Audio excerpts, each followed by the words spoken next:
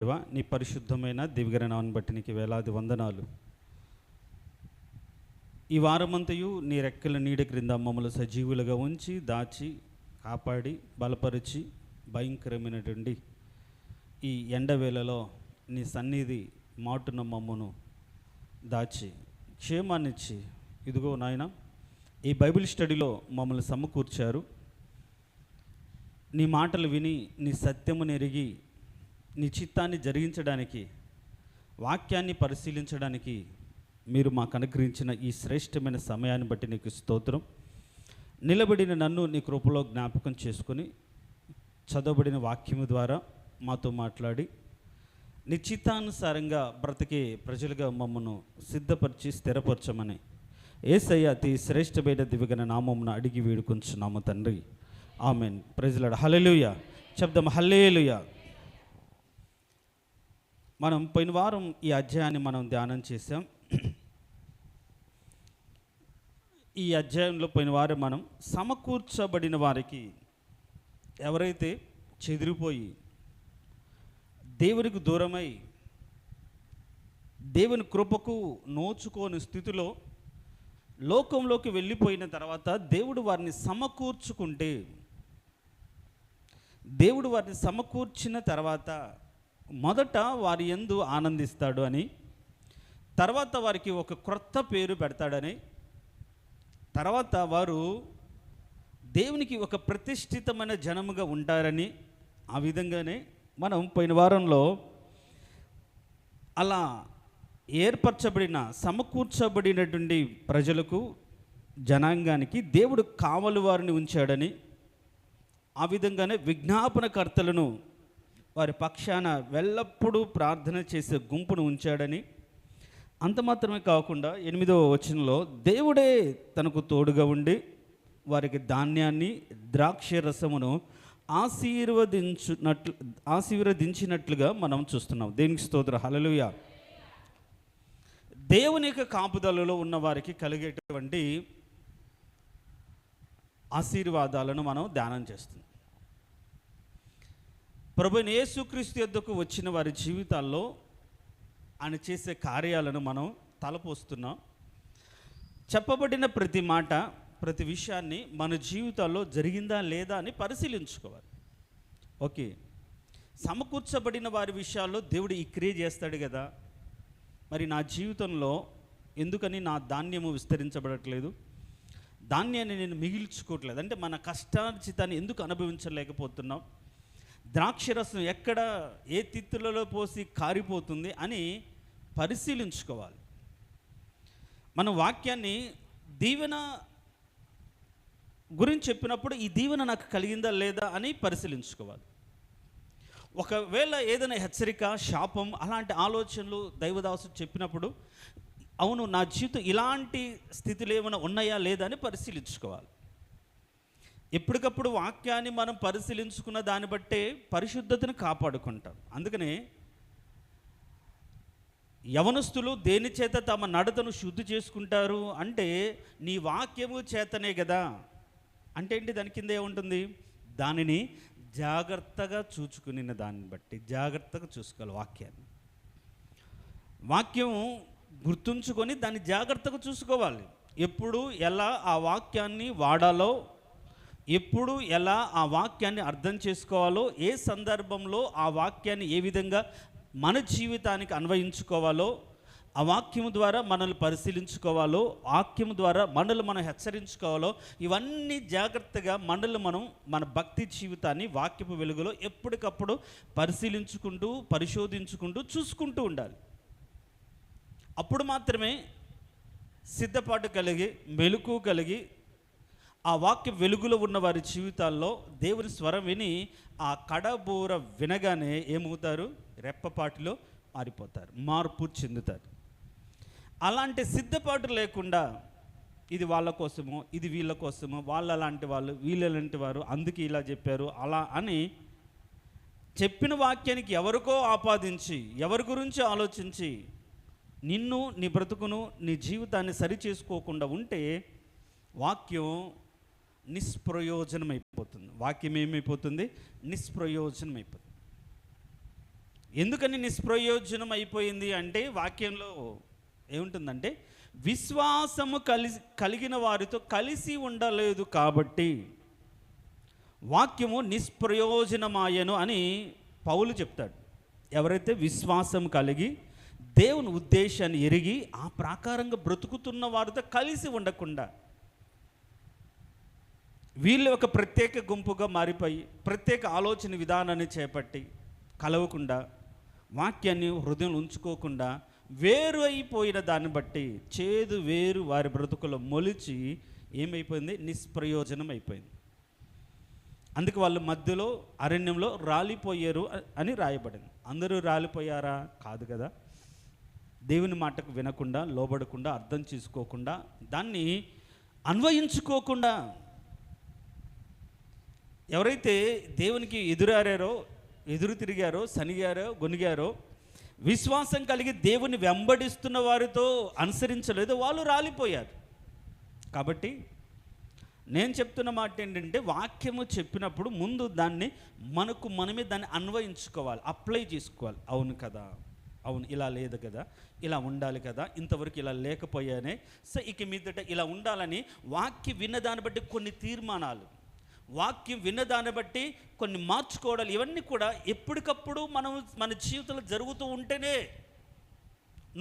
దినదినము నూతనపరచుకోవాలి, దినదినము పరిశీలించుకోవాలి, ప్రతి క్షణము మనల్ని మనం పరిశీలించుకోవాలి. అందుకనే మళ్ళీ చెప్తున్నాను, సిద్ధపరచబడిన వారికి అంటే ఎవరైతే సమకూర్చబడ్డారో, దేవుని యొద్దకు తీసుకొచ్చాడో, దేవుడు వారిని ఏర్పరచుకుని తన సన్నిధిలో నివసింప చేయడానికి వారిని ఏర్పరచుకొని సిద్ధపరచుకొని సమకూర్చుకున్నాడో, అలాంటి సమకూర్చబడిన జనాంగానికి దేవుడిచ్చే ఆశీర్వాదాలను మనము ధ్యానం చేస్తున్నాం. దేవునికి స్తోత్రం, హల్లెలూయా.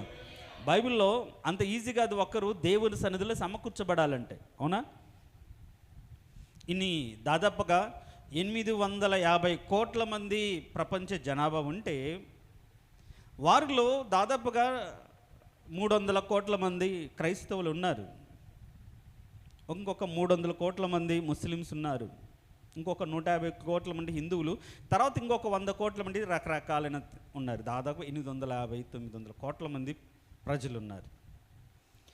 ఇన్ని కోట్ల మందిలో యేసు ప్రభును సొంత రక్షకుడుగా ఎరిగి ఆ రక్షణ అనుభవాన్ని కలిగి దేవుణ్ణి స్తుతించి ఆరాధించే భాగ్యము అందరికీ లేకుండా పోయింది, వారిలో కొందరికి మాత్రమే ఉంది. ఎవరిని సమకూర్చుకుంటాడు అనగానే అంటే ఒక మాట మనం కానీ చూద్దాం. చూడండి, 65వ అధ్యాయం, కీర్తన గ్రంథం 65వ అధ్యాయం 4వ వచనం అనుకుంటా. నీ ఆవరణములో ఒకడు నివసించున్నట్లు, చూడంండి, నీవు ఏర్పరచుకొని చేర్చుకొనువాడు ధన్యుడు. దేనికి స్తోత్రం, హల్లెలూయా. ఏంటంట? దేవుని సన్నిధిలోకి ఒక వ్యక్తి రావాలన్నా కానీ దేవుడు ఏర్పరచుకోవాలి. అంటే దేవుని ఏర్పాటులో మనం ఉన్నాము. దేవునికి స్తోత్రం, హల్లెలూయా. దేవుని ఏర్పాటులో ఉన్నాం. అంత మాత్రం కాదు, దేవుడు చేర్చుకుంటేనే ఇక్కడ మనము సమకూర్చబడ్డాము. దేవునికి స్తోత్రం, హల్లెలూయా. అందుకనే నీ ఆవరణములో ఒకడు నివసించున్నట్లు ఆయన ఏం చేస్తాడు? ఏర్పరచుకొని చేర్చుకుంటాడు. అందుకనే ఈ మాటను అర్థం చేసుకోవాలంటే మనం 8వ అధ్యాయం, రోమీలకు రాసిన పత్రిక 8వ అధ్యాయాన్ని చదివితే ఈ మాటకు అర్థం మనకు తెలిసిపోతుంది. అపోస్తలుడు పౌలు కాదా, చూడండి 8:28 చదువు. దేవుని ప్రేమించు వారికి అనగా ఆయన సంకల్పము చొప్పున పిలువబడిన వారికి మేలు కలుగుటకై సమస్తమును సమకూడి జరుగుచున్నదని ఎరుగుదము. ఎందుకనగా, ఇక్కడ నుంచి ఈ మాట పట్టుకోండి. తన కుమారుడు అనేక సహోదరులలో జ్యేష్ఠుడగునట్లు దేవుడు ఎవరిని ముందుగా ఎరిగెనో వారు తన కుమారునితో సారూప్యము గలవారొగుటకు వారిని ముందుగా నిర్ణయించాడు. ముందుగా దేవుడు ఎవరినైతే ఎరిగాడో, ఈ తరంలో, ఈ కాలంలో, ఈ ఊరిలో, ఈ గ్రామంలో, ఈ వీధిలో, ఈ కుటుంబంలో, ఈ ఇంట్లో వీరు అని ఎవరినైతే ఎరుగుతాడో వారిని నిర్ణయిస్తాడు. చూడండి ఎంత గొప్ప భాగ్యం. ఈ దేశంలో, ఈ రాష్ట్రంలో, ఈ జిల్లాలో, ఈ మండలంలో, ఈ గ్రామంలో, ఈ వీధిలో, ఈ పట్టణంలో, ఈ ఇంట్లో ఎవరు ఒకరు ఎవరిని ముందుగా ఎరిగానో వీరు నిత్య జీవానికి వారసులు, వీరు రక్షణ పొందుటకు యోగ్యులు అని దేవుడు ఎవరైతే ముందుగా ఎరిగాడో వారిని నిర్ణయించి వీళ్ళు ఈ తరంలో, వీళ్ళు ఇక్కడ అని వారిని నిర్ణయించి ఏం చేశాడు? నిర్ణయించిన వారిని చూడండి, మరి ఎవరిని ముందుగా నిర్ణయించానో వారిని పిలిచాను. దేనికి స్తోత్రం, హల్లెలూయా. ఎవరినైతే నిర్ణయించాడో వారిని పిలిచాడు. అందరికి పిలుపు అనేది కూడా అందరికీ కాదు. ఎవరైతే ఆయన నిర్ణయములో ఉన్నారో, ఆయన అనుకున్నాడో, ఎవరి పట్లయితే ఇదిగో ఈ కుటుంబం నుంచి వీరిని పిలవాలి అని నిర్ణయించుకుంటాడో వారిని ఎరిగి, అంటే వారి భవిష్యత్తును, వారి జీవితాన్ని, వీరి జీవితం నా కొరకు సాక్షాత్కరంగా ఇలా ఉండాలని నిర్ణయించి ఎరిగి వారిని పిలిచిన వారిని ఏమంటాడు?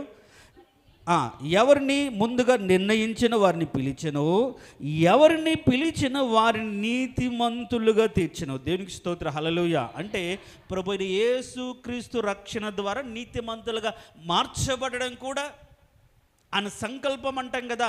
ఆ సంకల్పంలో వారిని ఎరిగి నిర్ణయించి పిలిచి ఏం చేశాడు? తన ప్రియకుమారునైన యేసుక్రీస్తు రక్తము చేత కడిగి వారిని నీతిమంతులుగా తీర్చాడు. అలా తీర్చి వారికి ఏం చేశాడు? ఒక మహిమను అనుగ్రహించాడు. అందుకనే నీవు ఏర్పరచుకొని సమకూర్చుకున్నాడు వాడు ధన్యుడు అంటున్నా. దేవునికి స్తోత్రం, హల్లెలూయా. దేవునికి స్తోత్రం, హల్లెలూయా. దీనిని బట్టి మనం ఆయన ఏర్పాట్లో ఉన్నవారము, ఆయన ఎన్నికలో ఉన్న వాళ్ళము, తర్వాత ఆయన పిలుపులో ఉన్న వాళ్ళము, ఆయన రక్తము చేత కడగబడి నీతిమంతులుగా తీర్చబడిన వరుసలో ఉన్నవారిగా, ఆయన మహిమను పొందిన వారిగా ఆ గుంపులో ఉన్నవారు ఎంత సంతోషించాలి. దేవునికి స్తోత్రం, హల్లెలూయా. చెప్దాం ప్రియులారా, హల్లెలూయా. ఒకవేళ మనం దేవుని ఎరగకపోయింటే ఎక్కడో అందరిలాగా లోకస్తులాగా తిరుగుతూ మాట్లాడుకుంటూ ఉద్యోగం చేసుకుంటూ అలా చేసుకుంటూ ఉన్నాం. కానీ నిత్య జీవానికి వారసులుగా నిత్యం ఆయనతో కూడా ఉండడానికి, ఏర్పాటులోకి రావడానికి దేవుడు మన పట్ల ఎలాంటి ఆలోచన కలిగి ఉన్నాడు. అందుకనే మనము సమకూర్చబడిన మనము ధన్యులము. దేవునికి స్తోత్రం, హల్లెలూయా. చెప్దాం హల్లెలూయా. ఇలా సమకూర్చబడిన వారికి దేవుడు కొన్ని ధన్యతలు ఇచ్చాడు. ఆయన మందిరంలోకి వచ్చే ప్రభు నీ రక్షణ బట్టి నీకు స్తోత్రం అనుకుంటున్న నీవు, ఈ రక్షణ ద్వారా దేవుడు నా జీవితాల్లో ఏమి కలగజేస్తున్నాడు, ఎలాంటి ఆశీర్వాదం ఇవ్వడానికి నన్ను పిలిచాడు, ఏ పని చేయడానికి నన్ను నిర్ణయించాడు అని ఎవరైతే ఆలోచన కలిగి ఉంటే అప్పుడు ఆ పని చేయడానికి ఒప్పుకుంటాం. ఇప్పుడు నా ఉద్యోగంలో పెట్టుకున్నారు, పిలిచారు, కాల్ లెటర్ అంటారు కదా ఉద్యోగానికి ముందు, మీరు ఉద్యోగానికి రండి అని కాల్ లెటర్ వస్తుంది. ఇప్పుడు కాల్ లెటర్ తీసుకున్న తర్వాత ఉద్యోగానికి వెళ్ళిన తర్వాత ఏ పని చేయాలి వాళ్ళు చెప్పరా? చెప్పండి. ఊరు కూర్చోబెట్టి జీతం ఇస్తారా? ఎవరుగా? అంటే నిర్ణయించిన పని ఏంటో మనకు అప్పచెప్తారో ఆ పని చేస్తే జీతం ఇస్తారు. దేనికి స్తోత్రం, హల్లెలూయా.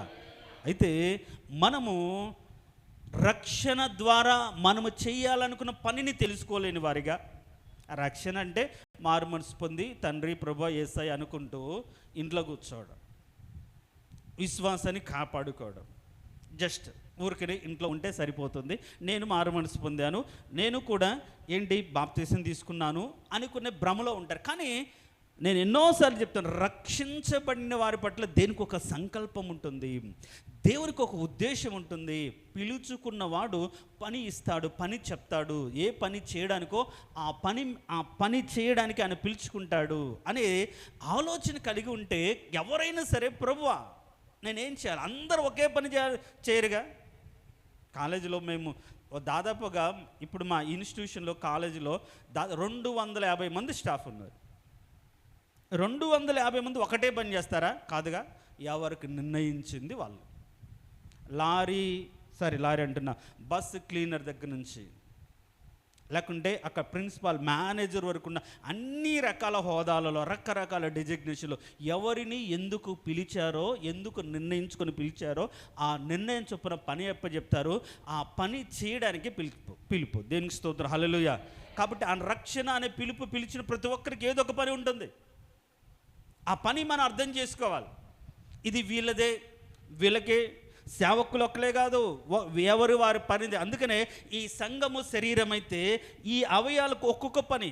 కంటికి ఒక పని, నాలుగు ఒక పని, పంటికి ఒక పని, తర్వాత ఈ శరీరం లోపల ఉన్నట్టు ఇంటర్నల్ ఆర్గాన్స్కి ఒక పని, చేతులకు ఒక పని, కాళ్ళకు ఒక పని, అన్నీ కలిపి ఈ శరీరం అభివృద్ధి పొందడానికి చేస్తున్నట్లుగా ఈ శరీరంలో రకరకాలుగా ఏ విధంగా అవయాలు ఉన్నాయో సంఘములు కూడా రకరకాలుగా. అందుకనే సువార్థికులుగా, కాపరులుగా, దేవుడు ఏం చేస్తాడు, ప్రవక్తలుగా విభజించాడు, పిలిచాడు. వీళ్ళందరూ కూడా సంఘ క్షేమాభివృద్ధి, దేవునికి సంఘాన్ని విస్తరింపచేయడానికి, దేవుడు నామ మహిమార్థం బ్రతకడానికి దేవుడు విభజించి ఇచ్చాడు ఒక్కొక్క పని. కాబట్టి పిలువబడిన వారికి పని ఉంది. నీ పని ఏంటో దేవుని సన్నిధిలో అడిగి తెలుసుకో. నీ పని ఏంటో, నువ్వు ఏం చేయాలో, ఎందుకు దేవుడు నిన్ను ఎంచుకున్నాడో, ఏమి చేయడానికి నిన్ను పిలిచాడో నువ్వు అడిగితే సరిపోతుంది. దేవునికి స్తోత్రం. హల్లెలూయా చెప్దాం. ప్రేయర్డ్ హల్లెలూయా చెప్దాం. హల్లెలూయా. అలా మనం పని గురించి అది మాట్లాడేది. కాకపోతే నా ఆశ ఏంటంటే మీరు తెలుసుకొని దేవుని చిత్తం ఇది నేను చేయడానికని ఆ పని చేస్తేనే, ఆ పని చేస్తేనే దేవుడు ఇష్టపడతాడు. అంతేనా? అవునా కదా? వినండి, మనకు అప్పచెప్పిన పని మనం చేయాలి, వేరే వాళ్ళ పని చేయకూడదు. వేరే వాళ్ళ పని మనం చేస్తే దేవుడు మెచ్చడు. మనకి ఏం చెప్తే అది చేయాలి. కాకపోతే ఇప్పుడు ఓకే, వేరే వాళ్ళకు ఆ పని చేసిన దానికి ఘనత వచ్చింది కాబట్టి మనం ఆ పని చేయాలనుకుంటాం. ఇక్కడ అలా ఉండదు. దేవుడికి ఎవరికి ఏది అప్పచెప్తే, ఏది దేనికి నిర్ణయిస్తే ఆ పని చేయాలి. అప్పుడు మాత్రమే దేవుడు ఇష్టపడతారు. లేకపోతే నీకు చెప్పిన పని కాకుండా వేరే పని చేస్తావు ఎందుకు? ఇప్పుడు సౌలుకు చెప్పాడు, ఏమని చెప్పాడు? మొత్తాన్ని అమాలేకులు చంపమని. కానీ ఆ పని చేశాడా? చేయలే. ఆయన పని చేయకుండా ఆయన వేరే పని చేశాడు. ఏంటి? బలిష్టమైన అన్ని దేవుని కోసమే కదా, దేవునికి బలి ఇవ్వడానికే కదా అని బలిష్టమైన దేవుడు చెప్పని వేరే పని చేస్తే ఆయన ఇష్టపడ్డా? నా కోసమే కదా ఇంత చేశాడు అనుకున్నాడా? లేదు. ఇప్పుడైనా సరే ఆయన చెప్పిన పని చేస్తేనే ఆయనకి ఇష్టం. ఆయన చెప్పంది మనం ఎంత చేసినా, ఒకరోజు ప్రభువా ప్రభు అంటే నువ్వెవరు నాకు తెలియదు, నేను చెప్పాను నీకు, నన్ను అడిగావు నువ్వు, నేను చేయమన్నా నిన్ను అని ప్రశ్నలు వస్తాయి. కాబట్టి మనం పని చేసే విషయంలో, దేవుని పని చేసే విషయంలో చాలా జాగ్రత్తగా ఉండాలి. లేకుంటే ఒకరోజు విమర్శలో చాలా అవమాన పాలవుతాం. దేనికి స్తోత్రం. హల్లెలూయా చెప్దాం. హల్లెలూయా. అయితే ఇలా సమకూర్చబడిన వారికి ఇంత ధన్యకరమైన జీవితాన్ని దేవుడు మనకిస్తూ కొన్ని ఆధిక్యతలు ఇచ్చాడు. ఆధిక్యతలు కొన్ని చెప్పుకున్నాం. ఆధిక్యతలతో పాటు కొన్ని బాధ్యతలు కూడా ఇచ్చాడు. దేనికి స్తోత్రం. హల్లెలూయా. ఏంటంట? ఏమిచ్చాడు? ఆధిక్యతలు అంటే ఆశీర్వాదాలు ఇచ్చాడు. ఆశీర్వాదాలతో పాటు ఏమిచ్చాడు? కొన్ని బాధ్యతలు కూడా ఇచ్చాడు. మనమేమో బాధ్యత లేకుండా ఆశీర్వాదం కోరుకోవాలనుకుంటాం. ఇప్పుడు ఉద్యోగం అనేది ఆశీర్వాదం. అంటే ఉద్యోగం చేస్తే ఏమొస్తుంది? జీతం వస్తుంది, అది ఆశీర్వాదం. కానీ ఊరికిన ఉద్యోగం వస్తుందా? చదవడం అనేది బాధ్యత. అర్థమవుతుందా? చదివితే బాధ్యత కలిగి కష్టపడి చదివితే ఉద్యోగం వస్తుంది. ఉద్యోగం వస్తే జీతం వస్తుంది. జీతం వస్తే కుటుంబంలో పిల్లలను జాగ్రత్తగా చూసుకుంటాం. అలా కాకుండా కష్టపడకుండా చదవకుండా ఇంకే దేవుడు ఆశీర్వదిస్తాడంటే కాదు. మన బాధ్యత కలిగి బ్రతుకుతేనే ఆశీర్వాదము. ఆ విధంగానే ఇప్పుడు దేవుడు ఆశీర్వదించే దేవుడు. అయితే ఈ ఆశీర్వాదాలన్నీ కూడా ఆయన చెప్పిన పనిని చేయగలిగిన బాధ్యత కలిగి మనం చేస్తేనే. దేవునికి స్తోత్రం. హల్లెలూయా చెప్దాం. హల్లెలూయా. సో పోయిన వారమంతా కూడా దేవుడు ఆశీర్వాదాలు దేవుడు సమకూర్చుకున్నాడు కాబట్టి నీ కష్టార్జితాన్ని దీవిస్తాడు. దేవుడు సమకూర్చుకున్నాడు కాబట్టి నీ ద్రాక్ష రసము ఒక్కటి కూడా పోకుండా ఆయన సన్నిధిలో ఆనందింపజేస్తాడు.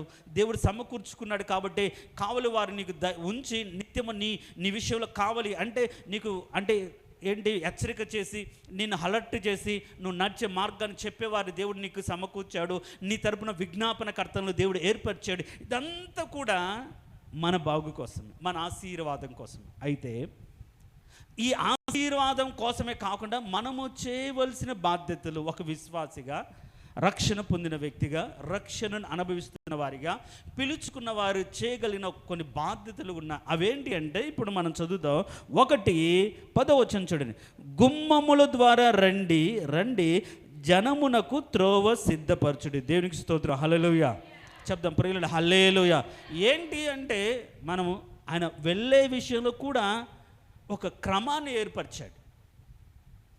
దేవుని సన్నిధిలోకి, దేవుని యొద్దకు రావడానికి ఒక గుమ్మముల ద్వారా రండి, మీరు దాని ద్వారానే రండి. రండి రండి అంటే అది ఏంటి? చాలా ఒక మాట రెండోసారి చెప్పావంటే అది ఖచ్చితమని అర్థం, అంతే కదా.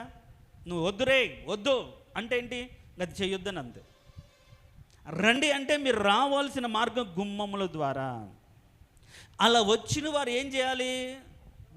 అనేకులు బయట ఉండిపోయారు, అనేకులు దేవుడు నిన్ను సమకూర్చుకున్నాడు. ఆ గుమ్మము ద్వారా దేవుని ఎదుకు రావడానికి దేవుడే తన శరీరాన్ని చీల్చి మార్గాన్ని ఏర్పరిచి ఆయన శరీరపు త్వర ద్వారా నువ్వు పరిశుద్ధపరచబడిన రక్తం ద్వారా పరిశుద్ధపరచబడిన వ్యక్తిగా సంఘములోకి, దేవుని సన్నిధిలోకి నువ్వు ప్రవేశించిన నీవు, ఆ గుమ్మము ద్వారా దేవుని సన్నిధికి వచ్చిన నీవు బయట చాలామంది ఉండిపోయారు, బయట రక్షణ పొందకుండా ఉండిపోయారు, బయట ఆయన ఎరగకుండా ఉండిపోయారు, బయట ఆయన తెలుసుకోకుండా ఉండిపోయారు, బయట ఆయన ఇష్టం లేకునో అయిష్టంగానో ఆయన మీద వ్యతిరేకంగా బ్రతుకుతున్న అనేక మంది బయట ఉన్నారు. అలాంటి వారికి ఏం చేయాలి? ఏం చదువుతున్నాం మనం? ఏం చదివాం? త్రోవను సిద్ధపరచాలి. దేవునికి స్తోత్రం. హల్లెలూయా. అలాంటి వారికి త్రోవను మనము సిద్ధపరచాలి. దేవునికి స్తోత్రం. హల్లెలూయా. అయితే ఎలాంటి గుమ్మముల ద్వారా రావాలి? ఇప్పుడు ఈ గుమ్మములను సిద్ధపరచుకునే విషయం గురించి ఒక మాట మనం ధ్యానం చేద్దాం ఇప్పుడు. దేవునికి స్తోత్రం. హల్లెలూయా చెప్దాం. Praise Lord. హల్లెలూయా. ఎందుకంటే ఇప్పుడు ఇల్లు కట్టుకున్నాం, ఇది బిల్డింగే, మందిరం. లోపలికి రావాలంటే ఏముంది? గుమ్మం అంటే ద్వారమే కదా, కాదా? ఇంకా వేరే ఉందా? గేట్ అంటారు ఇంగ్లీష్లో ఒకవేళ. సో ఆ ద్వారము మాత్రమే లోపలికి రావాలి. సో ఆయన మార్గాన్ని సిద్ధపరిచాడు. అయితే మార్గాన్ని సిద్ధపరిచిన దేవుడు మనము ఆ మార్గాన్ని అనేకులకు చూపినట్లుగా అనేకులకు ఆ త్రోవ చూపించాలి. దేవునికి స్తోత్రం. హల్లెలూయా. ఫర్ ఎగ్జాంపుల్, ఇప్పుడు మీ చర్చి ఎక్కడని ఎవరైనా అడిగారు అనుకోండి, మీ చర్చి ఎక్కడ, ఎవరో తెలియని వాళ్ళు ఎక్కడో బస్ స్టాండ్లో ఉండి అడిగారు అనుకోండి, ఏం చేస్తారు మీరు? మార్గాన్ని చూపించాలిగా, పోనీ చెప్పాలిగా, అమ్మ ఇట్లా వెళ్తే అక్కడ రాయపూర్ రోడ్ వస్తుంది, ఒకవేళ రైట్ తీసుకోవాలి, పక్కన స్కూల్ ఉంటుంది, స్కూల్ పక్కన బిల్డింగ్ ఉంటుంది, పైన గేట్ ఆఫ్ ప్రార్థనా మందిరం, అదే మా చర్చి అని చెప్తారు. అంటే వాళ్ళకి చెప్పడం, తెలియచేయడం. ఒకవేళ మీరు చెప్పలేదనుకోండి, అందుకనే నపుంసకుడు కూడా అంటే ఎవరైనా నాకు చెప్పకపోతే నాకు ఎట్లా తెలుస్తుంది? నాకు తెలియదు కదా, చదువుతుంటే నాకు అర్థమవుతుందా? ఎవరైనా సరే దాన్ని విశదపరచాలి, తెలియజేయాలి కదా అంటారు. కాబట్టి ఇప్పుడు మనం త్రోవను సిద్ధపరిచే విషయంలో ఇదిగో అదే త్రోవ, ఆ త్రోవలకు వెళ్తే దీవెన ఉంది, ఆ త్రోవలకు వెళ్ళిన దాన్ని బట్టి నేను ఆశీర్వదించబడ్డాను, ఆ త్రోవలో నిలిచి ఉన్న దాన్ని బట్టి ఆయన కృపను నేను పొందుకోగలుగుతున్నాను. ఆ త్రోవను అనేకులకు చూపునట్లుగా సిద్ధపరచాలి. అందుకనే బాప్తిసం ఇచ్చే యోహాను గురించి ఏమనుంది? అరణ్యములో త్రోవను సిద్ధపరచువాడనింది. దేవునికి స్తోత్రం. హల్లెలూయా. ఎక్కడ? అరణ్యములో త్రోవ అంటే ఎవ్వరూ లేని చోట దేవుని యొద్దకు వెళ్ళడానికి. అంటే అక్కడ ఏంటి? దేవుని యొద్దకు వెళ్ళడానికి అక్కడ ఎలాంటి మార్గం లేదు, ఎలాంటి అవకాశం లేదు. కానీ అలాంటి ప్రదేశంలో అప్పటికే త్రోవను మూసివేశారు యాజకులు, ప్రధాన యాజకులు, ధర్మశాస్త్రోపదేశకులు. వాళ్ళు ఇష్టానుసారంగా మార్చివేశారు, ధర్మాన్ని మార్చివేశారు ఇష్టానుసారంగా. అలాంటి ప్రదేశం, అలాంటి పరిస్థితుల్లో అరణ్యంలో ఎవరు సహకరించని, ఎవరు కూడా చూడని అలాంటి పరిస్థితుల్లో ఆయన త్రోవను సిద్ధపరిచి అనేకులు ఆయన దగ్గరకు వచ్చి, ఇప్పుడు ఎప్పుడైతే త్రోవను సిద్ధపరిచారో ఏం చేశారు? ఆ సిద్ధపరిచిన మార్గంలో వచ్చి ఏం చేశారు? చాలామంది బాప్తిసం తీసుకున్నారా లేదా? దేవునికి స్తోత్రం. హల్లెలూయా చెప్దాం. హల్లెలూయా. కాబట్టి త్రోవను సిద్ధపరచడానికి మనం గుమ్మముల ద్వారా, ఇదిగో నేను ఇలా నడుస్తున్నాను, ఈ మార్గం గుండా రావాలి. ఇదిగో ఒకవేళ అడిగితే నేను కూడా వెళ్తున్నానమ్మా, అదే మార్గంలో వెళ్తాను, రండి తీసుకెళ్తాను అంటాం లేదా? అలా మనము త్రోవను సిద్ధపరచాలి. దేవునికి స్తోత్రం. హల్లెలూయా. అయితే ఈ గుమ్మముల గురించినటువంటి ఉపదేశం ఏంటి అంటే, మనము ఎలాంటి గుమ్మములు కలిగి ఉండాలి, ఎలాంటి గుమ్మం. అందుకనే మనం మన మందిరానికి బయట ఏం రాసి, ఇది యెహోవా గుమ్మం అని రాసి. ఆ రోజుల్లో గుమ్మాలు చాలా ఉన్నాయి. అందుకనే యెరూషలేము పట్టణానికి కూడా ఎన్ని గుమ్మాలు ఉన్నాయి? 12 గుమ్మాలు ఉన్నాయి. అంటే 12 ద్వారాలు ఉన్నాయి. 12 ద్వారాలు ఉన్నాయి. సో ఈ ద్వారము ద్వారా మనం దేవుని ఎద్దుకు వెళ్ళాలి. ఈ ద్వారము ద్వారానే దేవుని ఎద్దుకు రావాలి. అందుకనే అక్కడ యెహోవా గుమ్మం. సో యెహోవా ఎద్దుకు వెళ్ళాలంటే ఏం కలిగి ఉండాలి? నీతిమంతులుగా మార్చబడాలి. అందుకని నీతిమంతులు దీనిలో ప్రవేశిస్తారు.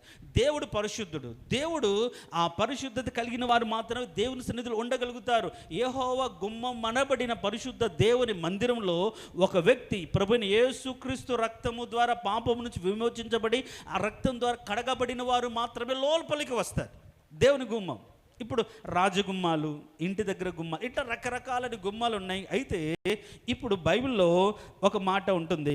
ఇప్పుడు ఈ గుమ్మం గురించి ఒక మాట చదువుదాం. చూడండి, ఆ కీర్తనల గ్రంథం 24వ అధ్యాయం. కీర్తనల గ్రంథం 24వ అధ్యాయం 7-9 వచనాలు. గుమ్మములారా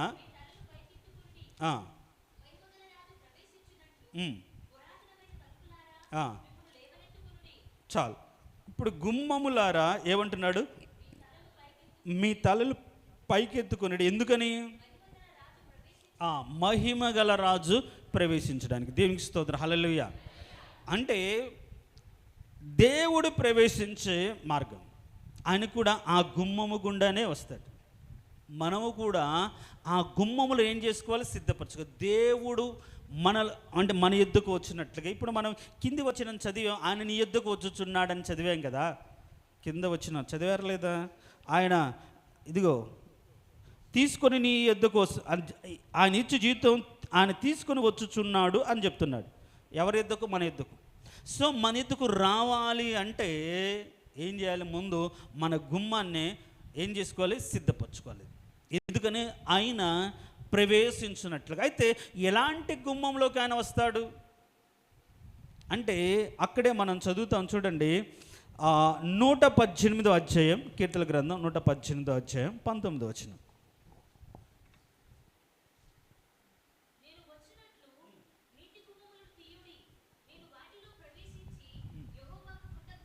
చాలు.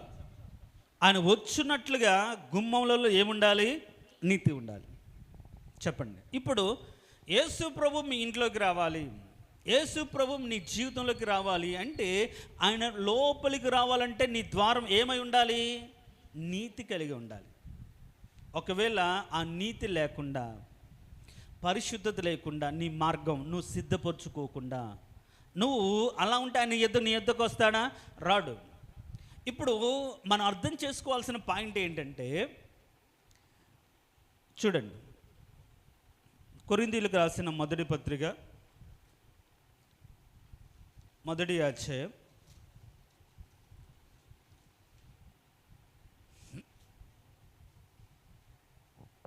2వ వచనం కింది భాగాన్ని, కొరింథులోనున్న దేవుని సంఘమునకు అనగా క్రీస్తు యేసు నందు పరిశుద్ధపరచబడిన వారై పరిశుద్ధులుగా ఉండుటకు పిలువబడిన వారికి అని రాయబడింది కదా.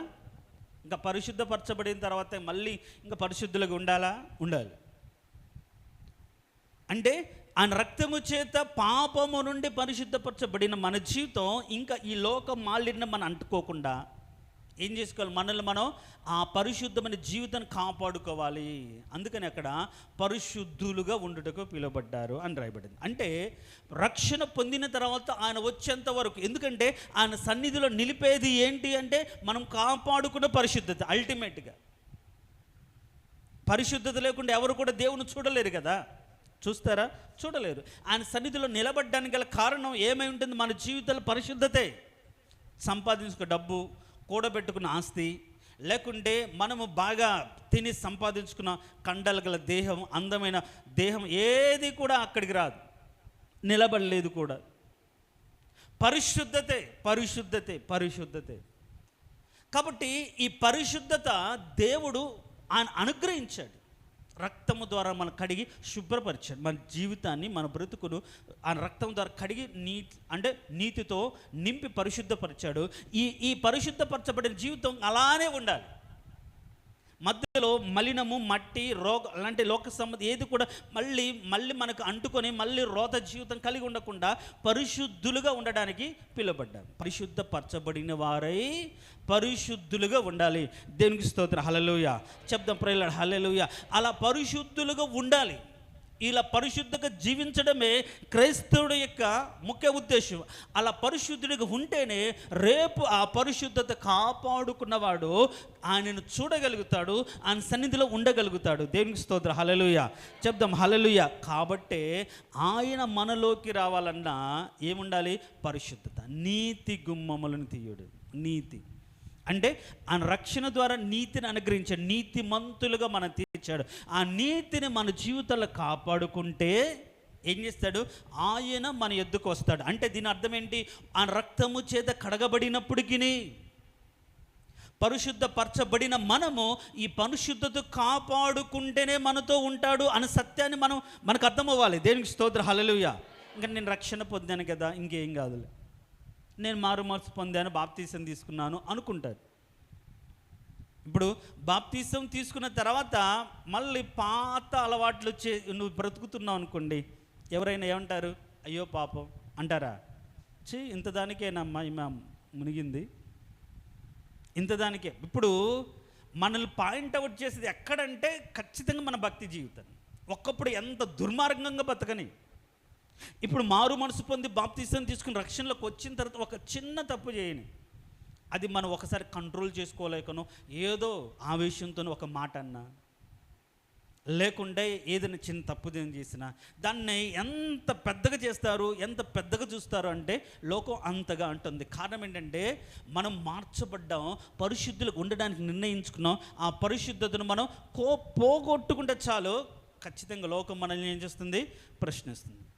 కాబట్టి ఆ పరిశుద్ధతను మనం కాపాడుకోవాలి, ఆ నీతిని మనం కాపాడుకోవాలి. అలా నీతిని కాపాడుకున్న వారి యొద్దకే ప్రభు వస్తాడు. దేనికి స్తోత్రం. హల్లెలూయా. కాబట్టి నేను రక్షణ పొందాను అంటే రాడు, కాపాడుకుంటేనే వస్తాడు. నీతిలో నువ్వు నిలబడితేనే వస్తాడు, నీతిగా నువ్వు జీవిస్తేనే వస్తాడు. దేనికి స్తోత్రం. హల్లెలూయా. నీతి నీ బ్రతుకులో ఉంటేనే వస్తాడు, పరిశుద్ధతను కాపాడుకుంటేనే నీ దగ్గరికి వస్తాడు. అందుకనే ఆయన వచ్చినట్లుగా నీతి గుమ్మములను తీయండి అంటాడు. అంటే నీ గుమ్మములు ఏముండాలి? నీతి కలిగి ఉండాలి. నీ గుమ్మములు ఏముండాలి? పరిశుద్ధత కలిగి ఉండాలి. అలా నీతి లేకపోతే ఆయన వస్తాడా? రాడు. ఆయన రాకపోతే ఆయన సిద్ధపరిచిన జీతం ఎవరి దగ్గర ఉంది? ఆయన దగ్గర ఉందో ఇస్తాడా? ఇవ్వడు. కాబట్టి ఇప్పుడు ఆయన సిద్ధపరిచిన జీతం నీకు ఏదైతే ఇవ్వాలనుకున్నాడో, ఏదైతే చెయ్యాలనుకుంటున్నాడో, అయితే ఆయన నీ యొద్దకు వచ్చి నీకు ఇచ్చినట్లుగా ఆయన బయట ఉండకుండా నువ్వేం చేయాలి? ముందు నీ హృదయాన్ని ఆ రక్తంతో కడగబడిన ఆ పరిశుద్ధ జీవితాన్ని తిరిగి పాపం నీ బ్రతుకులోకి రాకుండా, పాపం నీ జీవితంలో ప్రవేశించకుండా పరిశుద్ధతను కాపాడుకోగలిగితే, అలాంటి నీతి గుమ్మములుగా నీతి ద్వారం నీ హృదయాంతరంగంలో ఉంటే అప్పుడు ఆ నీతి ద్వారం గుండా ఆయన నీలోకి వచ్చి ఏం చేస్తాడు? నీతో కూడా నివసించి ఆయన సిద్ధపరిచిన రక్షణ, సిద్ధపరిచిన జీవితం నీకు ఇస్తాడు. దేవునికి స్తోత్రం. హల్లెలూయా. కాబట్టి ఆయన వచ్చినట్లుగా మన గుమ్మాలు ఏమై ఉండాలి? నీతియుక్తమై ఉండాలి. అంత మాత్రం కాకుండా తర్వాత ఎప్పుడైతే ఆ నీతి గుమ్మములను కలిగి ఉంటామో, 147 అధ్యాయం చూడండి, మన గుమ్మంలో ఏముండాలి అనేది మనం చూస్తున్నాం. 147:13 వచనం.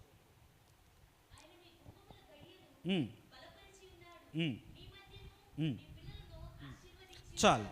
ఎప్పుడైతే ఆయన లోపలికి వస్తాడో, వచ్చినవాడు ఊరికే ఉంటాడా? చూడండి, ఇప్పుడు ఎవరైనా ఒక ఆఫీసర్ మనల్ని చూడడానికి వచ్చాడనుకోండి, ఒట్టి చేతులతో వస్తారా? మన దీనస్థితి ఎరిగి ఏదైనా సరే వారికి చేయాలని ఉద్దేశం. అట్లానే ప్రభు యేసు ప్రభు కూడా మన కుటుంబంలోకి, మన జీవితంలోకి వస్తే ఏం చేస్తాడు? ఖచ్చితంగా ఆశీర్వదిస్తాడు. అంటే ముందు ఆయన మనలోకి రావాలి. అందుకని మీలో ఉన్నవాడు లోకంలో ఉన్నవాడి కంటే గొప్పవాడు ఉంటే కదా, అసలు లోపలికి వస్తే కదా. రాకుండా ఏం చేస్తున్నావు? దుర్మార్గాన్ని, పాపాన్ని, కపటాన్ని, అసూయను హృదయం నిండా ఉంచుకుంటే, పరిశుద్ధత లేకుండా ఆయన లోపలికి ఎందుకు వస్తాడు? లోపలికి ఎలా వస్తాడు? రాడు. మన జీవితంలోకి రాడు, మన బ్రతుకులోకి రాడు. ఆయన రావాలంటే శుభ్రంగా ఉండాలి, పరిశుద్ధపరచుకొని ఉండాలి, నీతి కలిగి ఉండాలి. అలా ఉంటే ఆయన వచ్చి మన బిడ్డలను, మన గడియలంటే మన బ్రతుకును ఆయన ఏం చేస్తాడు? ఆశీర్వదిస్తాడు. దేవునికి స్తోత్రం, హల్లెలూయా. దేవునికి స్తోత్రం, హల్లెలూయా. కాబట్టి ఇప్పుడు మన గుమ్మములను సిద్ధపరచుకోవాలి. ఎలా? నీతి. ఎలా? పరిశుద్ధత. అంత మాత్రం కాకుండా మన గుమ్మములలో ఏముండాలంటే ఇంకొక మాట చదువుకుందాం. చూడండి, ఆమోసు గ్రంథం 5వ అధ్యాయం, ఆమోసు గ్రంథం 5వ అధ్యాయం 15వ వచనం.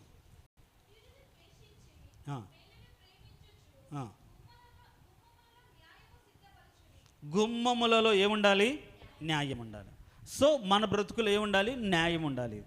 సో ఇవి మనము మన ద్వారాన్ని సిద్ధపరచుకోవాల్సిన విషయం. అంటే దేవుడు వచ్చినట్లుగా మన బ్రతుకులో నీతి ఉండాలి, దేవుడు వచ్చినట్లుగా మన బ్రతుకులో పరిశుద్ధత ఉండాలి, దేవుడు వచ్చినట్లుగా మన జీవితంలో న్యాయం ఉండాలి. అన్యాయము, అక్రమం ఉండకూడదు. సో మన బలాత్కారత ఉండకూడదు. సో ఎప్పుడైతే అట్లా నీతిని మనం కలిగి, పరిశుద్ధత కలిగి మన ద్వారం ఉంటుందో, మన గుమ్మం ఉంటుందో, అప్పుడు ఆయన మనలోనికి వచ్చి మనకి ఇవ్వవలసిన దాన్ని ఇస్తాడు. దేవునికి స్తోత్రం, హల్లెలూయా. దేవునికి స్తోత్రం, హల్లెలూయా. ఇప్పుడు చెప్పండి, ఇలా ఉంటేనే దేవుడు వస్తాడని మనం తెలిసినప్పుడు ఎదుటివారిని ఎట్లా ఇలానే సిద్ధపరుస్తాం కదా. అందుకని ఇప్పుడు మనం గుమ్మముల ద్వారా రండి అంటే ఇలాంటి పద్ధతి, ఇలాంటి ఉపదేశం ద్వారా, అంటే నీతి కలిగినటువంటి గుమ్మముల ద్వారా దేవుని ఎద్దుకైనా మనం రావాలి, ఆయనైనా మన ఎద్దుకు వస్తాడు. అందుకని కృతజ్ఞత అర్పణలు అర్పించచ్చు ఆయన యెహోవా మందిరంలోకి ప్రవేశించండి. దేవుని సన్నిధిలోకి రాగానే నువ్వేం చేయాలి? ప్రభువా, ఎన్ని కోట్ల మందిలో నీ రక్షణ నాకు అనుగ్రహించావు చాలు అని కృతజ్ఞత గుండెల నిండా ఉంచుకోవాలి. ఈ క్షణం ప్రాణం పోయిన చాలు నీ సన్నిధిలోనే ఉంటాను, అలాంటి పరిశుద్ధుడిగా నన్ను మార్చావయ్యా చాలు, నాకేమీ అవసరం లేదు, నీతో ఉండే భాగ్యాన్ని నాకు ఇచ్చావు అనే కృతజ్ఞత అర్పిస్తూ లోపలికి రావాలి. ఆ పరిశుద్ధతను అనుగ్రహించాడని, ఆ పరిశుద్ధత దేవుడు మనకు అనుగ్రహించాడని. కాబట్టి మన జీవితంలో ఆ కృతజ్ఞత ఉండాలి, మన గుమ్మములలో ఆ కృతజ్ఞత ఉండాలి. దేవుడు మనకు చేసిన మేలు అంటే ఆశీర్వాదమే మేలు కాదు, దేవుడు ఇచ్చినట్టు ఉద్యోగం మేలు కాదు, లేకుంటే గొప్ప గొప్ప డబ్బు ధనమే మేలు కాదు. అన్నిటికంటే మేలు ఏంటంటే ఆయన రక్షణ. అందుకనే ఫస్ట్లో నేను ఈ ఆరాధన వాక్యం చెప్పేటప్పుడు ఎందుకు దేవుని ఆరాధించాలి, ఎందుకు దేవుని కృతజ్ఞతాస్తుతులు చెల్లించాలంటే ఆయన చేసిన మేలుని బట్టే కదా. ఆయన ఇచ్చిన ఉద్యోగము, కష్టార్జితం దీవించాడు, అది చేశాడు, ఇది చేశాడు, దీనిని బట్టి దేవుని కృతజ్ఞతాస్తుతులు చెల్లించాలి అంటే ఆత్మీయ తండ్రి గారు ఏమన్నాడంటే అది కాదు. అన్నిటికంటే ముఖ్యంగా మన కృతజ్ఞతాస్తుతి చెల్లించాల్సింది మన చేతుల కష్టార్జితాన్ని దీవించాడని, బిడ్డలు దీవించాడని, ఫిజికల్ అంటే భౌతిక సంబంధం ఆశీర్వాదాన్ని బట్టి కాదు, మన పాప రోత జీవితాన్ని తొలగించి వేసినది, తీసివేసినందుకు ఆయన కృతజ్ఞతాస్తుతి చెల్లించాలి. ఆ రుణాన్ని మనం తీర్చుకోలేం.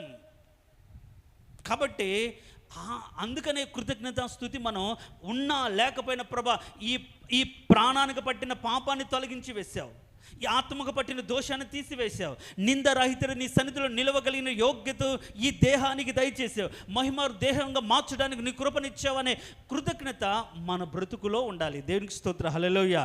దేవునికి స్తోత్రం, హల్లెలూయా.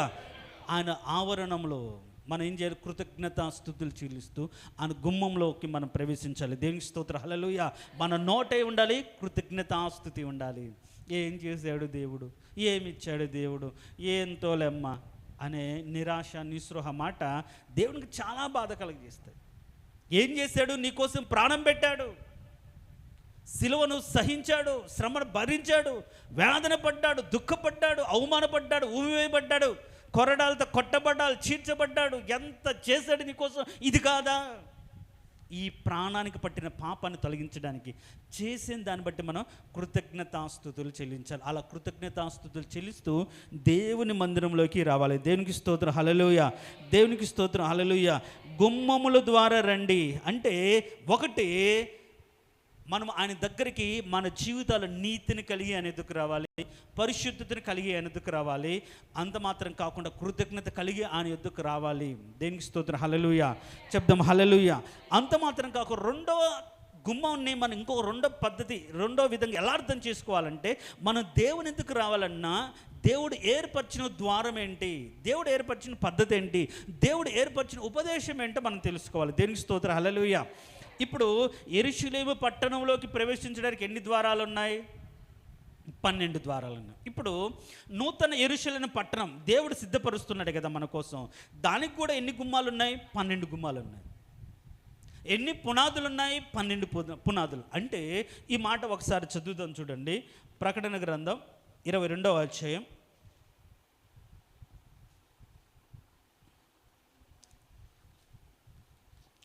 14 వచ్చిన అనుకుంటాను. 21వ అధ్యాయం పై వచ్చినాం 12 వచ్చిన చదువు. ఆ పట్టణముకి ఎత్తైన గొప్ప ప్రాకారం ఉండెను, 12 గుమ్మములు ఉండెను. ఆ గుమ్మముల యొద్ద 12 దేవదూతలు ఉండేరు. ఇశ్రాయేలు 12 గోత్రముల నామములు ఆ గుమ్మముల మీద రాయబడి ఉండెను. దేనికి స్తోత్రం, హల్లెలూయా. ఎవరు ఇది అంటే 9వ వచనం కింది వచనాన్ని కానీ చదివితే, ఇటు రమ్ము పెళ్లి కుమార్తెను అనగా గొర్రెపిల్ల యొక్క భార్య నీకు చూపెదనని అనగా, నేను ఆత్మ వసుడునై యెరూషలేము అను పరిశుద్ధ పట్టణమును దేవుని మహిమగలదై పరలోకమందున దేవుని ఎదుట నుండి దిగి వచ్చుట నేను నాకు చూపెను అని చూస్తా. ఈ పరిశుద్ధ యెరూషలేము పట్టణంకి ఏమున్నాయి? 12 గుమ్మాలు ఉన్నాయి. దాని కింద ఆ 14వ వచనంలో ఆ పట్టణపు ప్రాకారం 12 పునాదులు ఉన్నాయి. ఈ పునాదుల మీద ఏముంది? 12 అపోస్తుల 12 పేర్లు కనబడాను. దేవునికి స్తోత్రం, హల్లెలూయా. అంటే దీని అర్థం ఏంటి అంటే, పునాది అపోస్తుల బోధ అయి ఉండాలి. దేవునికి స్తోత్రం, హల్లెలూయా. పునాది అయితే ద్వారము అంటే అంటే ఏంటి? ఆ 12 గోత్రములకు అనుభవాలు. మనం ఇప్పుడు వాళ్ళ అనుభవాలే కదా మనం నేర్చుకుంటుంటాం. అంటే వాళ్ళ జీవితం ఎలా జరిగింది, వీళ్ళ జీవితం ఎలా జరిగింది, వాళ్ళు ఎందుకు ఆశీర్వదించబడ్డారు, వాళ్ళు ఎందుకు శపించబడ్డారు, వాళ్ళు ఎందుకు తృణీకరించబడ్డారు అనే ఈ ఇశ్రాయేలు వారి విషయాల్లో దేవుడు జరిగించినటువంటి ఈ కార్యాలన్నీ కూడా మనం జ్ఞాపకము చేసుకొని, వారి అనుభవాల ద్వారా అర్థం చేసుకొని, వాటి ద్వారా అపోస్తులు ఏ పునాది అయితే వేశారో, ఏ విధంగా కట్టబడాలని నేర్పించారో ఆ విధంగా అపోస్తుల పునాది మీద, అంటే క్రొత్త నిబంధన సంఘం అపోస్తుల పునాది అంటే 12 మంది అపోస్తులు ఏ సిద్ధాంతాన్ని, ఏ ఉద్దేశాన్ని, దైవికమైన తలంపుని ఇచ్చారో ఆ దైవికమైన సిద్ధాంతాన్ని ప్రకారంగా మనం కట్టబడుచు, ఈ 12 మంది గోత్రకర్తల విషయంలో దేవుడు ఎలాంటి కార్యాలు జరిగించాడో వాళ్ళ అనుభవాలను మనం అర్థం చేసుకొని మనం ఏం చేయాలి? ఆ మందిరంలోకి, ఆ పట్టణంలోకి మనం ప్రవేశించాలి. దేవునికి స్తోత్రం, హల్లెలూయా. కాబట్టి మన జీవితాల్లో దేవుని ఎద్దుకు వచ్చే విధంగా దేవుడు తన ప్రాకారాన్ని సిద్ధపరిచాడు, దాని ఒక మార్గాన్ని సిద్ధపరిచాడు, కొన్ని అనుభవాలను ముందుగానే. అందుకనే ఏం రాశాడు? 12 ఒక మాట చదువుదాం చూడండి. కొరింథీయులకు రాసిన మొదటి పత్రిక 12వ అధ్యాయం అనుకుంటాను. వారికి సంభవించి మనకు దృష్టాంతముగా ఉంచబడ్డాయన్నమాట. 10వ అధ్యాయం కొరింథీయులకు రాసిన మొదటి పత్రిక 10వ అధ్యాయం 10-11 చూడండి. ఈ సంగతులు దృష్టాంతములుగా వారికి సంభవించి యుగాంతమందున మనకు బుద్ధి కలుగుటకై రాయబడి ఉన్నవి. దేవునికి స్తోత్రం, హల్లెలూయా. అంటే వారికి సంభవించిన సంగతులన్నిటిని బట్టి మనం ఏం తెచ్చుకోవాలి? బుద్ధి తెచ్చుకోవాలి, ఆలోచన కలిగి ఉండాలి. ఓకే, సంసోను ఎందుకు పడిపోయాడు, దావీదు ఎందుకు దీవించబడ్డాడు, ఇలా దానియేలు ఈ విధంగా ప్రేమించబడ్డాడు, ఇలాంటివన్నీ వాళ్ళ జీవితాలు జరిగిన ఈ సంఘటనలన్నిటిని బట్టి మన అనుభవంలో బుద్ధి తెచ్చుకొని ఇలా ఉండకూడదు, ఇలా నేర్చుకోవాలి, ఇలా కలిగి ఉండాలనే ఉద్దేశాన్ని బట్టి మనకు అవన్నీ దృష్టాంతములుగా మనకు రాయబడి ఉన్నాయి. వాళ్ళకి సంభవించాయి. వాళ్ళు మంచివారు కొందరు, చెడ్డవాళ్ళు కొందరు. యూదా గురించి రాయబడితే అసలు అలాంటి వాడు పుట్టకపోతే మేలు అని రాయబడింది. కానీ పుట్టాడు, యేసుప్రభుని అప్పచెప్పాడు. ఓకే, మన జీవితం అలా కాకూడదనే భయం మన బ్రతుకులో కలిగి ఉండాలి. నేనే ఒక యూదాలాగా ఉండకూడదు అనే ఆలోచనతో, ప్రభు నా జీవితం అలాంటి జీవితం వద్ద తొలగించు ప్రభు అని అడగగలిగిన స్థితిలో ఒక వ్యక్తి రావాలని వాళ్ళకు సంభవించి మనకు బుద్ధి కలగడానికి అవన్నీ కూడా రాయబడ్డాయి. ఈ అనుభవాల గుండా మన పరిశుద్ధతను కాపాడుకొని, నీతిని కాపాడుకొని, అపోస్తుల పునాదుల మీద మనము దేవుని యొక్క సంఘములోకి వచ్చి ఆయన ఇష్టపడే కట్టడంగా, ఆయన ఎక్కడ ఉంటాడు? ఆత్మ. కాబట్టి ఏంటి? ఆత్మ సంబంధమైన కట్టడంగా ఉండాలి. అంతే కదా. మన పేతురు రాసిన పత్రికలో ఒక మాట చదువుతాం చూడండి. పేతురు రాసిన మొదటి పత్రిక పేతురు రాసిన మొదటి పత్రిక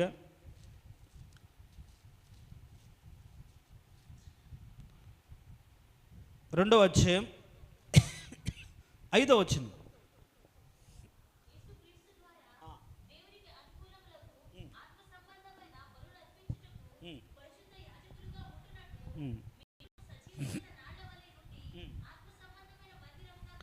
చాలు, ఆత్మ సంబంధమైన మందిరంగా కట్టబడుచున్నారు.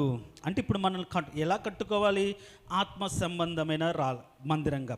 పై వచనాన్ని చదివితే, యేసుక్రీస్తు ద్వారా దేవునికి అనుకూలమునగు ఆత్మ సంబంధమైన బలులు అర్పించుటకు పరిశుద్ధ యాజకులుగా ఉండినట్లు మీరును సజీవమైన రాళ్ల వలె నుండి, అంటే మనమే సజీవమైన రాళ్ళము, మనమే ఆ రాళ్ళ ద్వారా కట్టబడిన మన హృదయాంతరంగంలో, మన జీవితాల్లో ఒక సజీవ మందిరం కట్టుకుంటే అక్కడ ఏమర్పిస్తాం? ఆత్మ సంబంధం బలులు మన దేవునికి అర్పించే పరిశుద్ధమైన సజీవమైన ఒక మందిరముగా, మనమే దేవుని మందిరం. అనేకులు కనిపించి, అంటే ఇప్పుడు దేవుని మందిరం మీద మహిమ ఉంది కదా. అంటే మనం బయట తిరుగుతుంటే సజీవమైన రాళ్ళుగా మనం కట్టబడితే ఆ మందిరం మీద ఉన్న మహిమను అనేకులు చూస్తారు. అలా ఆయన సన్నిధిలోకి ఆయన ఎదుట మనం ఉండినట్లుగా మనల్ని మనం ఏం చేసుకోవాలి? కట్టుకోవాలి. దేవునికి స్తోత్రం, హల్లెలూయా. దేవునికి స్తోత్రం, హల్లెలూయా. అందుకని ఏం చేస్తున్నా? గుమ్మముల ద్వారా రండి, జనమునకు త్రోవ సిద్ధపరచుడి, రాజ్య మార్గమును చక్కపరచుడి, రాళ్లను ఏరి పారివేయుడి. దేవునికి స్తోత్రం, హల్లెలూయా. సో జనమునకు త్రోవ సిద్ధపరచాలి అంటే మనమే ఒక సజీవమైన మందిరంగా. నేను ఒక చోట ఒక బుక్లో చదివా, ఒక దైవ సేవకుడు రాసిన బుక్. సో ఈ దృష్టాంతాన్ని చాలామంది వాడుతుంటారు, నాకు చాలా బాగా నచ్చింది. ఏంటి అంటే, లోకంలో చాలామంది యేసు ప్రభువును చూడలేదు, కానీ నీ ద్వారా ఆయన చూడాలి. దేవుని స్తోత్రం, హల్లెలూయా. అంటే ఆయన ప్రేమను చూపించాడు, ఆయన తగ్గింపు కలిగి ఉన్నాడు, ఆయన శ్రమలు సహించాడు, ఎదుటివారి కోసం విజ్ఞాపన చేశాడు, కాబట్టి ఎదుటివారి బాధను భరించాడు. ఇదంతా కూడా దేవుడు ఈ లోకంలో శరీరధారిగా ఉన్నప్పుడు అనుభవించిన అటువంటి స్థితి. కాబట్టి ఇలా మనము అలా జీవిస్తే, అలా బ్రతికితే మనల్ని చూసిన వాళ్ళు ఎవరిని చూస్తారు? క్రీస్తు. అందుకనే మీరు క్రీస్తును ధరించుకున్నవారై ఉన్నారు అంటాడు. దేవునికి స్తోత్రం, హల్లెలూయా. అంటే క్రీస్తుని ధరించుకోవడం అంటే ఏంటి?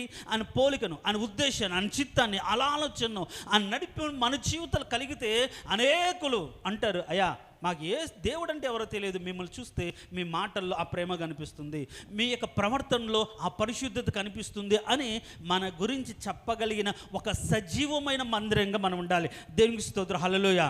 చాలామంది బైబిల్ చదవలేదు లోకంలో, కానీ మనల్ని చూస్తే బైబిల్ చదవాలి. అహో, వీళ్ళు బైబిల్ చదివారు కాబట్టి ఇంత పరిశుద్ధంగా ఉన్నారు, బైబిల్ చదివారు కాబట్టి ఇంత నీతిగా బ్రతుకుతున్నారు, బైబిల్ చదివారు కాబట్టే ఇలా తగ్గించుకుని ఉన్నారని అనేకులు మనం చూస్తే వాళ్ళు చదివిన వారిగా ఉండాలి. చూడండి, మన జీవితాల్లో క్రీస్తు కనిపించాలి. మన ద్వారా అనేకుల్లో మనం నడుస్తున్న జీవిత విధానానికి ఆధారం బైబిల్ అని అనేకులకు తెలియబడాలంటారు. దేవునికి స్తోత్రం, హల్లెలూయా. జనములను ఆ విధంగా మనం సిద్ధపరచగలిగితే అప్పుడు ఆ త్రోవలోకి వస్తారు. అలా కాకుండా మనము పరిశుద్ధత లేకుండా, మనము నీతిగా బ్రతకకుండా, మనము కరెక్ట్గా లేకుండా మన కుటుంబాన్ని, మన బిడ్డల్ని ఎవరిని కూడా దేవుని ఎదుగు నడిపించలేము. నువ్వు కరెక్ట్గా ఉండు అనే మాట ఎన్నోసార్లు మనం ఎదుర్కొని ఉండే కారణం ఏంటి? మనల్ని వారు చూసినప్పుడు, మన క్యారెక్టర్ చూసినప్పుడు, మా అమ్మ ప్రార్థన చేసేది కానీ, మా అమ్మ మందిరానికి వెళ్తుంది కానీ ఈ పద్ధతి మార్చుకోలేదు, ఆ పద్ధతి మార్చుకోలేదు, ఇంతే మాట్లాడుతుంది, ఇలాంటి దురాలోచన ఉంటుంది అనే ఆలోచన బిడ్డలు పెరిగితే వాళ్ళల్లో మార్పు ఎందుకు వస్తుంది? ఏమనుకోవాలి? ఏమీ లేకపోయినా మా అమ్మ నీతిగానే ఉంటుంది, ఒక్క మాట విషయంలో తప్పిపోదు, ప్రవర్తన విషయంలో తప్పిపోదు, ఎప్పుడు దేవుడు అంటుంది, అలానే బ్రతకాలంటుంది, నిజంగా పరిశుద్ధత అంటే ఇలానే కదా, ఇలానే బ్రతకాలి కదా అని ఆలోచన బిడ్డల్లో కలిగితే, మన ఇరుగు పొరుగు వారికి కలిగితే అప్పుడే మన పరిశుద్ధతను బట్టి వాళ్ళు ఆకర్షించబడతారు. ఆ విధంగా ఆ మార్గాన్ని మనం త్రోవను సిద్ధపరచాలి తప్ప మనం భయపెట్టో, బాధ పెట్టో, ఇబ్బంది పెట్టో ఎవరిని దేవుని యొద్దకు నడిపించలేము. దేవునికి స్తోత్రం, హల్లెలూయా. దేవునికి స్తోత్రం, హల్లెలూయా. సో ఈరోజు బైబిల్ స్టడీలో మనం నేర్చుకున్న సత్యం ఒకటే. అదేంటి అంటే, ఒకటి, సిద్ధపరిచిన అంటే సమకూర్చిన వారు, వారికి ఒక పని, ఒక బాధ్యత ఉంది, అది ఎరిగి అదేంటో తెలుసుకుని ఆ పని చేయాలి. 2, ఆయన గుమ్మముల గుండా, అంటే ఏ ద్వారము గుండా మనం ప్రవేశించాలో ఆ ఉపదేశం మనకు తెలుసుకొని ఉండాలి. ఎలా అంటే అలా కాదు, ఎలా అంటే అలా కాదు. అందుకనే గుమ్మముల ద్వారా వచ్చేవాడే ఆయన దగ్గరకు వచ్చినవాడు అని బైబిల్లో రాయబడింది. అంతేగాని అటు ఇటు ఎక్కి అడ్డదారిలో దేవుని మందిరానికి రాలేదు. కాబట్టి మనం ఆ గుమ్మం ఏంటి, ఆ ఉపదేశం ఏంటి, ఆ పద్ధతి ఏంటి, ఆ చిత్తం ఏంటి, ఆ తలంపు ఏంటి, లేకుంటే ఆ ప్రతిష్ఠ ఏంటి, ఆ సమర్పణ ఏంటి అనే గుమ్మాలను మనం పట్టుకొని ఆ గుమ్మాల ద్వారా దేవుని సన్నిధికి రావాలి. దేవునికి స్తోత్రం, హల్లెలూయా. అలా ప్రజలను ఏం చేయాలి, సిద్ధపరచాలి.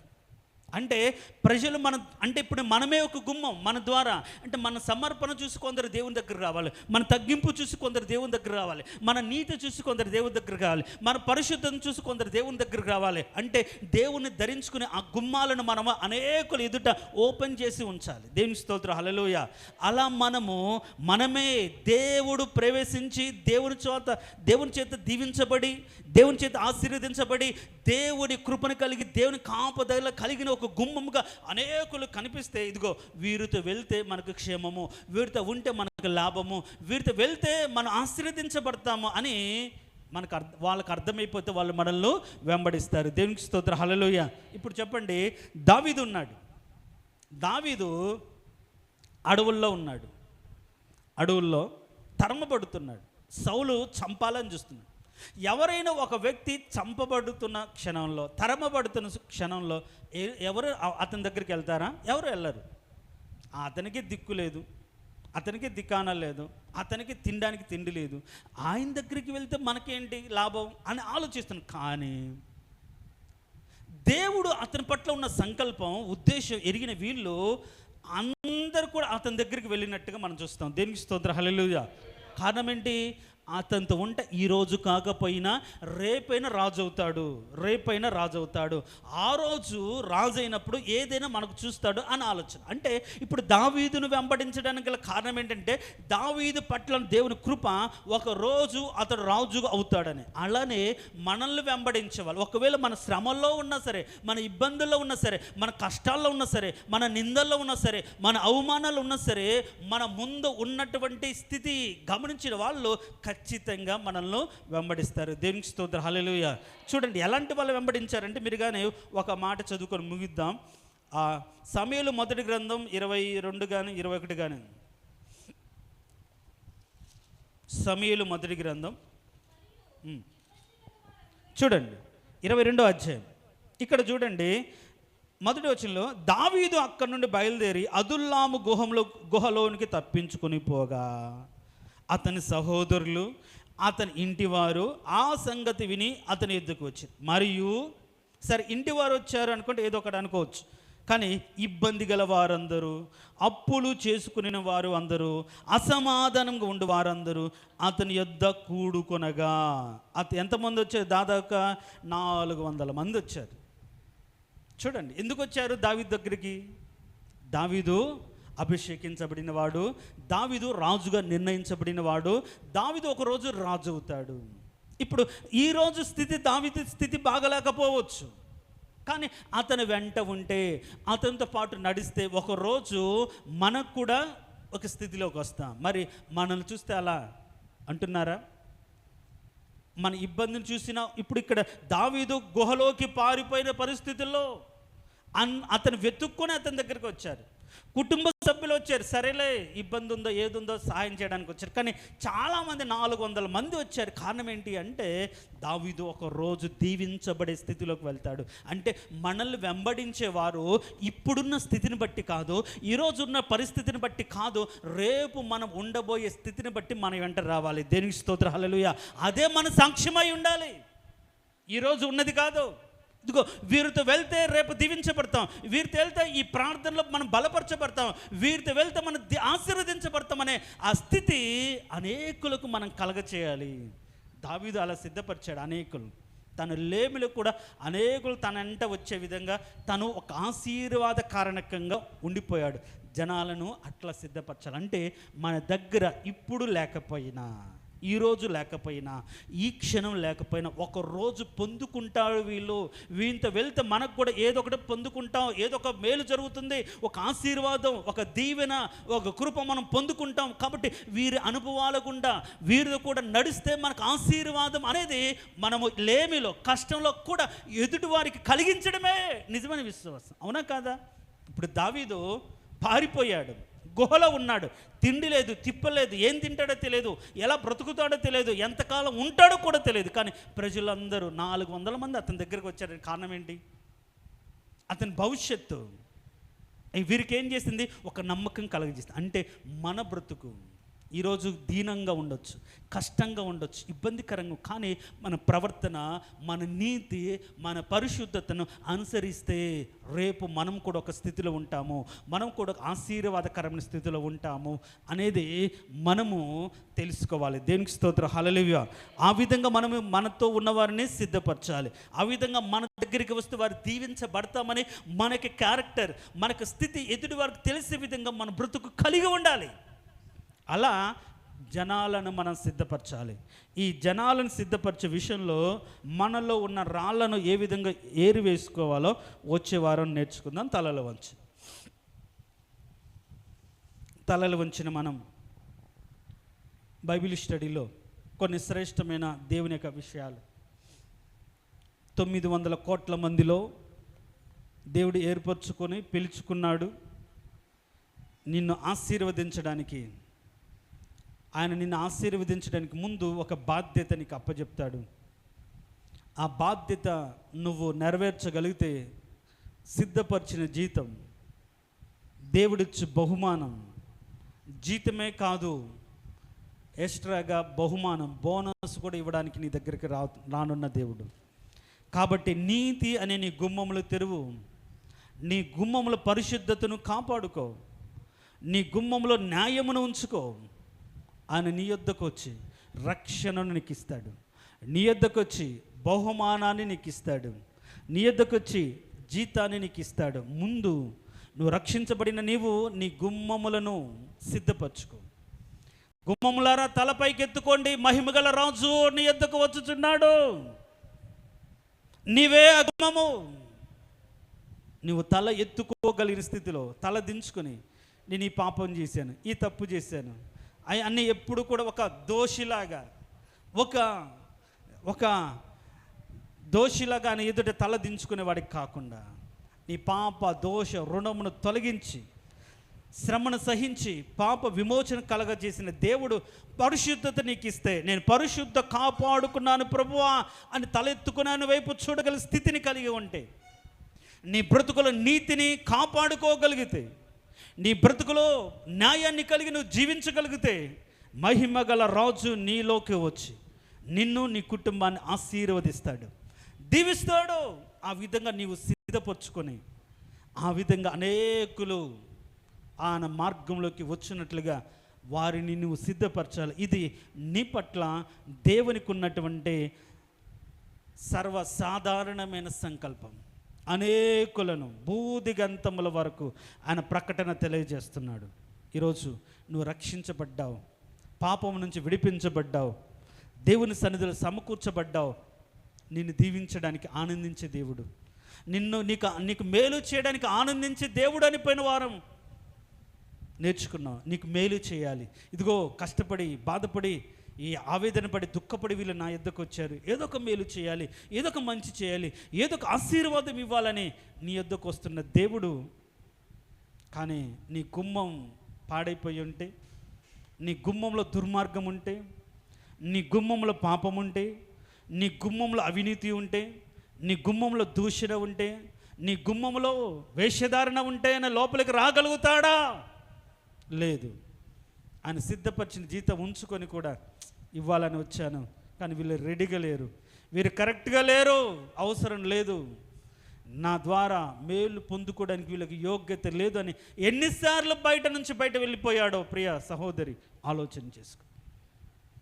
సమకూర్చబడిన వారికి సిద్ధపరిచిన జీతం అని చేతిలో ఉంది, నీకు ఇవ్వడానికి యుద్ధకు వస్తున్నాడు. కానీ నువ్వు నీ గుమ్మాన్ని సిద్ధపరచుకోవాలి. అలా సిద్ధపరచుకోగలిగితే ఈ రాత్రే దేవుడు నీ యుద్ధకు వచ్చి ఖచ్చితంగా సిద్ధపరిచిన జీతము, బహుమానము, ఏర్పరిచిన రక్షణ అన్నీ నీకు ఇచ్చి నిన్ను దీవిస్తాడు. కాబట్టి ఈరోజు ఒకవేళ నీ గుమ్మంలో, నీ ద్వారంలో, నీ కుటుంబంలో, నీ హృదయంలో ఏదైనా దేవునికి వ్యతిరేకమైన పాపము క్రియలు ఉంటే తొలగించుకొని, తల ఎత్తుకొని, దేవుని సన్నిధిలో సమ్మతిపరుచుకొని ఆయన ఆహ్వానిస్తే ఖచ్చితంగా దేవుడు ఈరోజు నీ యొద్దకు వచ్చి నీకు బహుమానాన్ని ఇస్తాడు. ప్రార్థన చేసుకుందాం. మహోన్నతుడ, సర్వాధికారి, అవునయ్యా, సమకూర్చబడిన వారి విషయంలో నీ యొక్క సంకల్పం, నీ ఉద్దేశం మేము నేర్చుకుంటున్నాం. అవును ప్రభా, దీవించడానికి ఇష్టపడుతున్నావు. మేలు చేయట యందు ఆనందించే దేవుడు. కానీ మేలు చేయాలన్నా మేము పరిశుద్ధత కలిగి ఉండాలనే సత్యాన్ని చాలామంది అర్థం చేసుకోవట్లేదు. మాకు ఏం మేలు చేసావు అని అడుగుతున్నారు. కానీ నేను కరెక్ట్గా ఉన్నానా? మేలు చేయడానికి యోగ్యత ఉందా? ఒక మట్టి పట్టిన పాత్రలో పాలు పోస్తేనే పాడైపోతాయే. మట్టి పట్టిన రోత జీవితంలో ఆశీర్వాదం మాత్రం నిలబడుతుందా?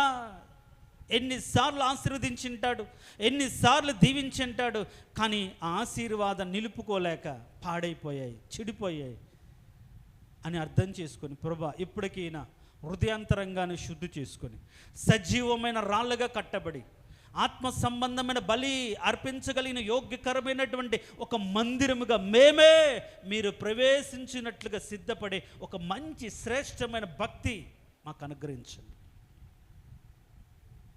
మీరు ప్రవేశించినట్లుగా నీతి, మీరు ప్రవేశించినట్లుగా పరిశుద్ధత, మీరు మా బ్రతుకులు నివసించినట్లుగా న్యాయం, అయ్యా మా ఇద్దరు నివసించినట్లుగా దీనత్వం, దీన మనసు మా బ్రతుకులు కలిగి ఉన్నట్లుగా ఆ విధంగా మమ్మల్ని మేము సిద్ధపరచుకొని అనేకులను సిద్ధపరిచే వారిగా మమ్మల్ని ఉంచమని ఈ బైబిల్ స్టడీ ద్వారా నాయన విశ్వాసంలో ఏ విధంగా బ్రతకాలో, ఏ విధంగా నీ కొరకు జీవించాలో నిన్ను అర్థం చేసుకొని నీ చిత్తాన్ని ఎరిగి బ్రతకడానికి నీ కృపను అనుగ్రహించమని, చేరువచ్చిన ప్రతి ఒక్క బిడ్డని దీవించమని. తండ్రి, మీరు సిద్ధపడి వస్తున్నారు, తెలియజేయండి.